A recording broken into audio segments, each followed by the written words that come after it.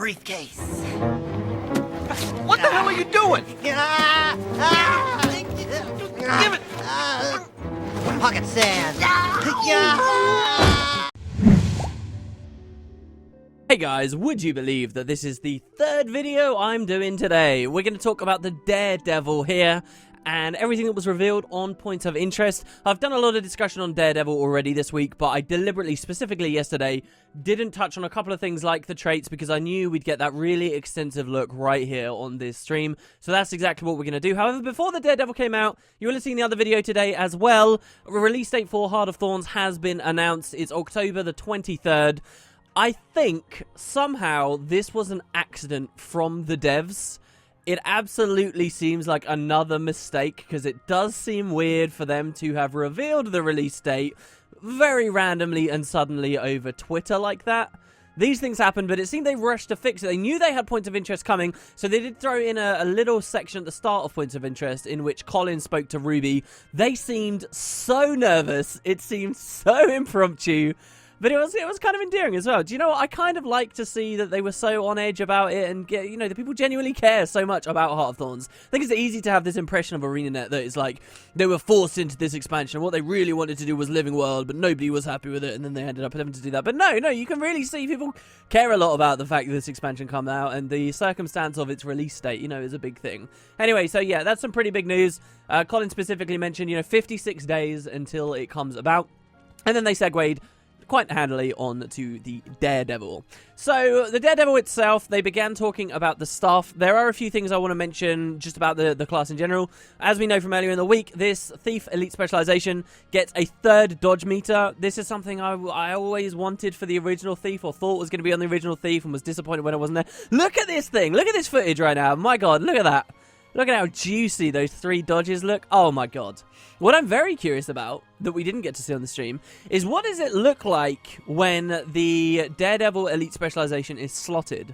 Does it just click into the new thing, or do we get some kind of cool animation transition? That's actually a valid question for an awful lot of these things, which we never see on the streams, really. You know, like, how do they seamlessly turn our Death Shroud into Reaper Shroud, and how do they seamlessly give us Continuum Split and all that stuff? So that's something we don't see, but I just think that's beautiful. I know it's something really stupid to hang on about. Moving on, they talk about how, obviously, because this is such a dodge-based Elite Specialization, Vigor is incredibly important. Don't forget, you do get, while this doesn't expressly show Vigor anywhere on it, you're on a Thief, and you do get Vigor elsewhere from stuff like Bountiful Theft, and Carl specifically mentioned, hey, that's something you really might want to look for. The animations, too, in general for the Elite Specialization, before I talk about specifics, I saw in Twitch chat, a few people were like, oh my god, these animations need so much more work, these animations are boring. I wouldn't say they're necessarily boring, I think they are fit for purpose, alright? This is a Thief. Yeah, they're going to be a bit more muted. It's a character that is physically doing stuff and being kind of stealthy and evadey. Not that stealth is a huge part of being a Daredevil, sure. But it just wouldn't make sense to have giant, crazy, splashy, explosive animations all over this like they've done in some of the other areas. Just in general, I don't think the game should be full of that unless there's really good skill at effect culling so that you can tell what's going on in large Zerg encounters. I'm happy to see the more muted overall style of these animations. It's okay if they have a staff skill or a physical skill that is essentially just moving backwards, doing a bit of a dodge roll. That said, all of that discussion said, don't let me put you off, because the 3 Grandmaster dodge animations are insane, as well as the staff skills. So let's jump straight into it. Staff, first of all, you've got a bit of a whirl on the auto attack, very similar to, in my opinion, the Revenant's auto attack, but don't forget as well, you've got this stealth skill as well. This is called Hook Strike, and this is a very powerful CC. If you hit someone from stealth with the staff, you knock them down, and I think it's for 2 seconds. And specifically, Carl was talking about a couple of combos there as well, where you can take advantage of that, use some big hits, and then knock people down again with another one of your utility skill. So that's the auto. The skill 2 is Weakening Charge. This one's going to move you a bit. It does the multiple strikes, and it is weakness. So there's a fair amount of weakness, especially including another trait that this Elite Specialization gets that has insane amounts of weakness uptime. I'm going to talk about in just a second. And again, a well finish. One interesting thing about the stuff in general is it doesn't have any fields on it. A lot of other options for you as a Thief, you get like a field somewhere. So if you're running the pistol in the offhand, then you've got your smoke field there. If you're running the short bow, then you've got your poison field there. And then you can combo with your leaps and your blasts and stuff like that. This doesn't, so you're going to be using your other weapon sets to provide for that stuff, even though there's a lot of combo combo finishes associated with it. So that's Weakening Charge. Next, you got Debilitating Arc. This will strike enemies in front of you. For a little bit of like close range cleave, as all of the staff abilities will do, and then it just rolls you back. So keep in mind with this skill, again, like, yeah, it's a muted animation, but it's fine. Compare this honestly to Shortbow 3. Shortbow 3 is a little dodge back as well. This is actually in a lot of ways better than that. Yeah, you're reliant on being a melee to trigger it in the first place, but this is also going to remove Immobilize from you and have some other beneficial effect. My point is, this doesn't need to be more than they're currently shown. It's actually a very quick, little, nice, tight animation. I think it looks fantastic. So, Debilitating Arc. The skill 4 is called Dust Strike. This is basically... Pocket sand. Pocket sand. Yeah, you use your staff in the ground to kick up some mud or dust and throw it in people's eyes. Maybe you can say, oh, they're reusing the shovel animation, you know, during the various heart quests around there. You press F and you get the bit of a shovel animation. I like this. I really think, you know, the idea of using a staff physically, yeah, dig it in the ground and kick some sand up at someone. Again, a bit more of this sustaininess to being such a squishy character who's in melee, having this little bit of access to blind there. And it's actually at a fair range as well, 600 range. Now, moves me lastly, we're running through the staff skills very fast. I actually think they did this elite specialization very concisely. Moving on to the final skill, the skill 5 for the staff. This is Vault. This is the really exciting one. This is the big daddy. This costs 6 initiative. So you'll be able to use it a few times in a row, and that's really important. It's a huge fly through the air, as you can see, that will land you 600 range away wherever you want. And then it has a very high base damage strike on it too. The base damage strike was reading for the tooltips, and I don't believe they often really use proper zerked out stuff, was reading 2,000. That's a huge hit. So Vault is exactly what I was looking for, and I think that has some interesting effects outside of just combat and outside of PvP and stuff. What this is actually going to be really interesting for is like map breaking out, right? Right now, engineers are pretty solid if you're not using consumables, specifically because you might not be allowed to use consumables because you might be in a dungeon or something. It's a ground targeted leap that pushes you a reasonable distance away. 600 range isn't bad. I think the rifle will still have more range perhaps, but then this has no cooldown, so you can do it and you can do it again, you can do it again, and that's great for just getting around and doing tricky cool things. And again, like I mentioned in a video earlier in the week with these new dodges and how you can jump dodge and do cool stuff, vaulting to various places as well looks really fun. And the animation on this to boot, it's pretty delicious. So that's the staff, pretty basic weapon. Actually, I feel like this, of all the weapon skills or sets on all the elite specializations, this is the one I've flown through fastest and have like the least to say about. So that's something. Then they did an interesting order, and I'll follow their order as well here. They decided to talk about the traits next. I really think the Grandmasters for the Daredevil steal the show. These are the really fun, exciting ones. The Miners, the Adepts, and the Masters, none of them particularly scream at me as something very flavorful and interesting, though I do have some serious comments on the balance of some of these. The first one is Enforcer Training, and this one is, of course, a nothing trait, basically. It doesn't mean anything, it's just describing the changes to your base class. The second minor is Driven Fortitude. This means that whenever you dodge roll, and obviously dodge rolling is a huge thing for this specialization, you gain health. And it's a fair amount of health too. But don't let me describe that incorrectly, which I just did. It's not when you dodge, sorry, it's when you evade. So you're going to be evading a lot because you're dodging a lot. But this doesn't mean every time you dodge roll you get health. This is every time you evade you get health. It has a 1 second internal cooldown on it. And why is that important? It's important because let's say you're using Pistol Whip and a team of 10 people try and blow you up in the middle of the Pistol Whip, and you get 100 evades in that frame. Only one of those is actually going to heal you. It's not like a sudden full heal, because again, this would be that, and that sounds like a cool flavor, but you know, would be totally and utterly broken. So it's per evade. Now, if you consistently dodge in, if you consistently get evades, which you will be as a Daredevil, this is going to add up and help you with that sustain. So that's a cool little minor. The last minor is Gain Endurance when you steal. I mentioned earlier in the week that this class would allow you to steal endurance. That would have been fantastic. This isn't stealing endurance, it's just giving you an amount when you pop that ability. There's currently a trait associated with another line that gives you vigor, for example, when you steal as well, so we already have something very similar in functionality to this. This is just front-loaded instead of over a period of time through a boon. I really think it would have been really cool if you stole endurance from someone. It plays into that thiefiness playstyle, but combines it beautifully with the Daredevil's focus on dodging.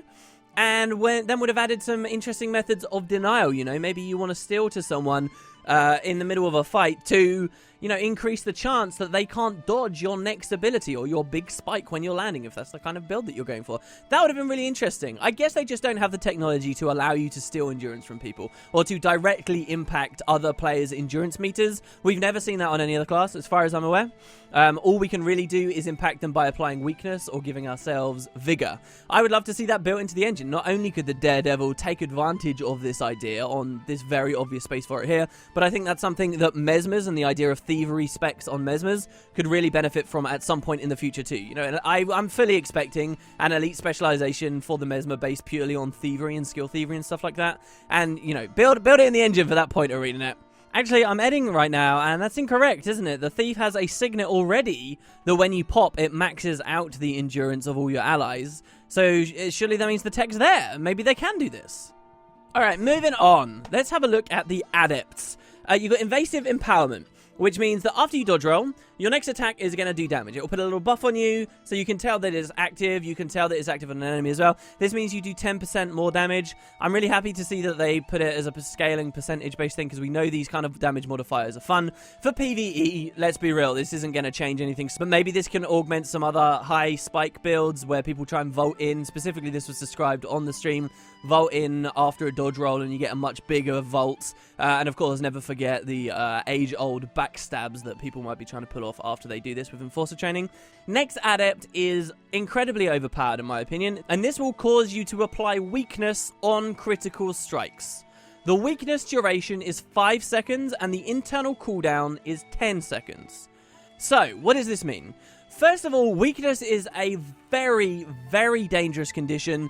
Already, you see most thieves, if you take a glassy thief up against another glassy character who isn't a thief, the thief usually has an advantage as it stands because they'll commonly have access to weakness through their skill, and now they're going to have a whole lot more uptime available too. Now for PvP, this isn't actually 50% uptime. Yeah, it will last 5 seconds and the internal cooldown's 10 seconds. But it is on crit. That means you're relying on getting a hit in the first place, which is not going to be a surefire thing immediately. And then you're relying further on it being a crit. And we don't really see many builds that go crazy high, close to that 100% limit for crit chance in PvP. So it's not exactly half-time uptime, but it is very strong. Next, we've got Brawler's Tenacity. And this is your trait that impacts your utility skills, your physical skills specifically.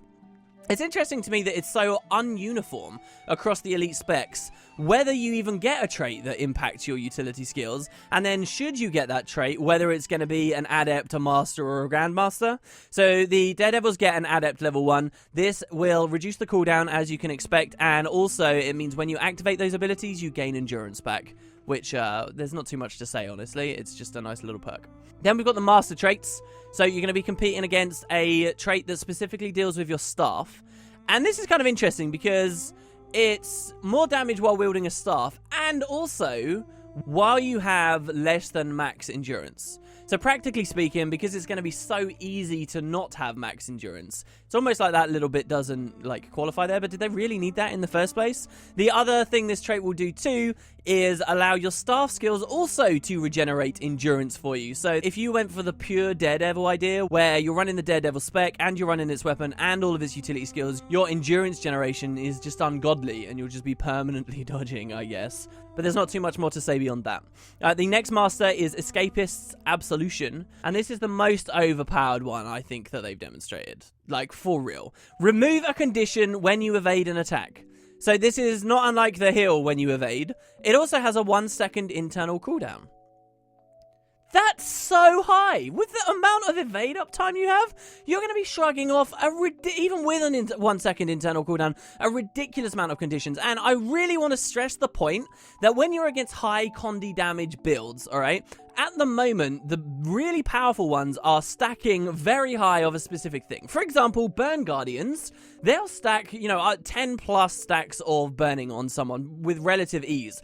Now all the Daredevil has to do is dodge roll and get, a random small evade, which is going to happen. And curing one condition, we're not talking, stripping off a random blind or stripping off a single stack of confusion that was applied by, a Zerka character and isn't doing anything. We're talking about a huge impact based on something like that. And to do that every single second, That is unbelievable. Like, I like the consistency of the trait, but it's too strong in my opinion. This is just far too strong.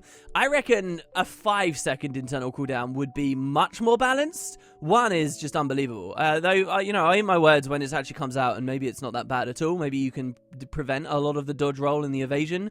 But man, that's just going to make it feel really unrewarding once you've condied a Daredevil up to keep attacking them. And maybe that's the point. Maybe if you're in a 1v1 and you can handle it, you condy the hell out of them, and then they start dodging, trying to cleanse, and you stop going on the offensive. You somehow magically make all your wells disappear, or your passive procs, and you make all of your, you know, the minions and things in the area disappear. You tell all of your friends to stop attacking the Daredevil, and then you can counter the trait. Sure. Finally, there's impacting disruption. So there's a mechanic with the Daredevil where they put a pulmonary impact on someone, which is a high base damage hit that cannot critically hit and will come after a bit of a delay. The reason they said they did this was because they wanted to have something that's good to use, whether you are a flat power character or a high crit character. I do think it's interesting design that one way they can disincentivize precision-based stat sets, which are very common at the moment, is by introducing stuff that just cannot use precision at all. But I really don't know how worth it was them doing this. We don't really see high flat damage with no crit chance at all characters anywhere in the game. Like, who are they kidding, really? We really don't have that wonderful balance in Guild Wars 2 that you see in a lot of RPGs, where there are two distinct ways of doing physical damage. There's the flat, consistent power, and then there's the high, spiky, if you get lucky, crit builds. Everybody just goes with the crit builds, because it's so easy to get to 100% crit chance, and that's always been a thing in Guild Wars 2. Actually, I would specify in Wild vs. Wild, I guess we do in truth see stuff like soldiers be ran, and very tanky defensive minion based specs, because the minions don't inherit your stats. There's no point going for the crit and the ferocity and stuff. So there again, maybe you can argue that those are flat power. But on the thief, the Daredevil, is this their way of telling us not to use berserker or assassins and try to do a lot of damage without having any crit chance? Do you think pulmonary impacts are gonna incentivize that? I'm not so sure. But what this trait does is it means if you interrupt someone, then you get to put that impact on them. And what I do agree with is currently thieves have a way of applying condies when interrupts go through. And this is now a way of playing an interrupt playstyle that can also be flat damage, not just condi damage. And that I definitely agree with philosophy-wise. All right, let's look at the Grandmasters. So these are the 3 that augment your dodge rolls. This is where chat started freaking out every time they showed the dodge. I was so surprised. I am very happy to say that Dash, the one I was hoping would be really cool, and just like Dash from DD1, is exactly how I imagined it. Alright, so let's do it in order though. You've got Lotus training. Here in this footage right now, you'll see a bit of a fight going on that they demonstrated using Lotus training, using the Death Blossom high condi playstyle that I speculated about in a previous video. It's just crazy, just permanent evade uptime, and look at all these conditions going off. Just an unbelievable amount of conditions. Looks very strong, and with the right tuning, I think is a really, really cool idea. They specifically said it's very high radius as well, so these daggers can go out every time you dodge roll. A fair range. Next is Dash, Unhindered Combatants. Look at that. What? This is so cool. So it really is a big burst of energy, a sudden sprint in either direction you like. And they specifically described it can be in any direction you can currently dodge roll. So you can go forward, you can go back, you can go left, you can go right. And then you can go in any of the corners as well of those directions that I just described. This is incredible mobility. You know, I was talking about how the Berserker ended up being a really high mobility class. I think Thieves, you know, you running this dash, tons of endurance, you know, dash, infiltrator's arrow, shadow step, dash, infiltrator's signet. That could be very, very interesting. This looks awesome. And then finally, we've got Bounding Dodger, which gives you bound. It's basically a Grandmaster version of the Warrior on Dodge trait, if you want it in its like purest form. And this also visually moves you a lot, but not to the same degree as Dash does. Gorgeous animations, really plays into this cool martial arts style fighter, and that becomes more apparent when we look at the physicals. Physicals are very basic, so there's really not too much to say on this topic. Maybe we can do some speculation about whether people run them. I don't think anyone's going to run the heal. I really don't. The heal seems to borrow the same animation as like the Guardian Staff 4. It's got 3 pulses of healing, and then it does the thing that we heard about earlier in the week where it gives you more endurance, and then it gives you more health if you have max endurance. Again, I don't really see the reason to run this, not on a class like the Thief. The stream may have made it look like it roots you to use it. It doesn't root. They confirmed that in chat. Bandit's defense is as basic as it always sounded. It's a riposte that knocks someone down. So Carl talked about a combo where you can vault into someone and do a ton of damage. You can knock them down with your stealth staff 1, for example. Put a pulmonary impact on someone, maybe through one of your other utility skills and a palm strike, and then that immediately stuns them again, and then you can use your banded defense and chain them into another knockdown. So maybe that's a CC-ish playstyle we'll see. Next are the distracting daggers. So this is the skill that we thought was kind of like a kit. It's not a kit. What it does is when you activate it, it'll put the active effect on you that says you have these daggers on you. Kind of like an ammo system. We have seen this elsewhere in the game. And at your leisure, you can just throw these out. Now, I made a mistake earlier in the week. I said that if you successfully interrupted someone with this, it would reduce the cooldown on the distracting dagger so you could do it quicker. It's not that. It's if you interrupt someone with it, the skill that you interrupted on their skill bar has a longer cooldown. That's got some, first of all, great applications in PvP. This is the kind of interrupt playstyle that I really enjoyed about PvP in the first game. Guild Wars 2's had this annoying thing where if you get interrupted, it just puts you on a brief cooldown. And so it never feels super rewarding to, say, interrupt the war banner or something, because often then they'll just wait and they'll do it again. Well, when you're equipping something like this and you have it so accessible all the time, it's not like a weapon skill, remember. It's a utility, so it doesn't matter what weapon set you're on, always ready to proc this. That's really strong. And obviously the really common one as well is going to be heal skills. If you use this to interrupt someone in the middle of their heal skill, then it's going to put them on a big cooldown too. A lot like distracting shot, D-shot ranges from the first game were a huge thing everybody liked, and I'm very happy to see this on the Thief, particularly considering like we haven't been thinking about the Mesmer and the Chronomancer interrupt playstyles for a while. I really like this for PvP, and it has implications too for PvE.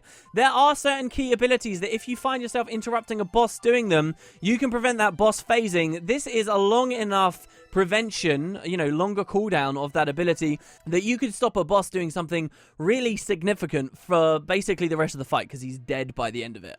And for the challenging group content, hopefully this is something that we're gonna pay a lot of attention to. Next is Fist Flurry. Yeah, you have to land 5 strikes on a foe. You just stand there punching them, and should you manage to do this, you can palm strike them, doing a big stun and putting the pulmonary impact, and when the stun runs out, they also get spiked by the impact too. The fact that impacts can't crit, I'm not really sure how much I enjoy.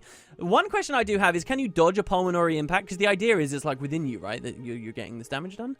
So can you, if you have been hit by a palm strike, can you quickly stun break and then dodge roll right when you would see the impact ends and evade? I would guess so. But I really like the alternative as well, in that if you saw this pulmonary impact on you, it's unevadable and unblockable. And so you desperately know that this is going to do damage to a certain specific amount of damage that's very hard to protect yourself against. But since we haven't heard, I doubt it's a thing. Then we have Impairing Daggers. This one is a ranged, high damage, 900 range, ability to throw 3 daggers that will do the 3 conditions, the immob, the slow, and the poison. We heard about this on the blog post, but what wasn't apparent until now is this is very high base damage. I wonder if this could be used to augment a pistol style thing where, you immob someone with that so that they're absolutely going to get caught in the unload.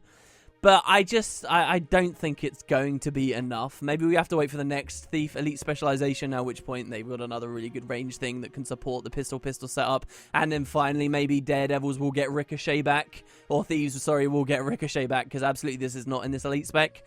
But yeah, so it looks high damage. Maybe it will find some application somewhere. And then finally, the Elite Impact Strike, into the next strike, into the next strike. This had a lot of extra parts to it that we'd never heard about on the original post. So, the first strike dazes people. That means they can still move, they can still dodge away, and in theory, prevent you from landing the next strike and then, get away from certain doom if they're low on health. But if they don't do that, the second hit is actually a blowout. Interestingly, though, it's a blowout with 0 distance. Why did the devs go for that? Why didn't they just make it a knockdown? Well, I think it's because of the way this skill interacts with the down state. Obviously, this elite skill is something you're going to want to use against downed players, people who are already downed, so you don't have to waste time using a finisher. You give yourself quickness on someone who's already down, and then you go for it.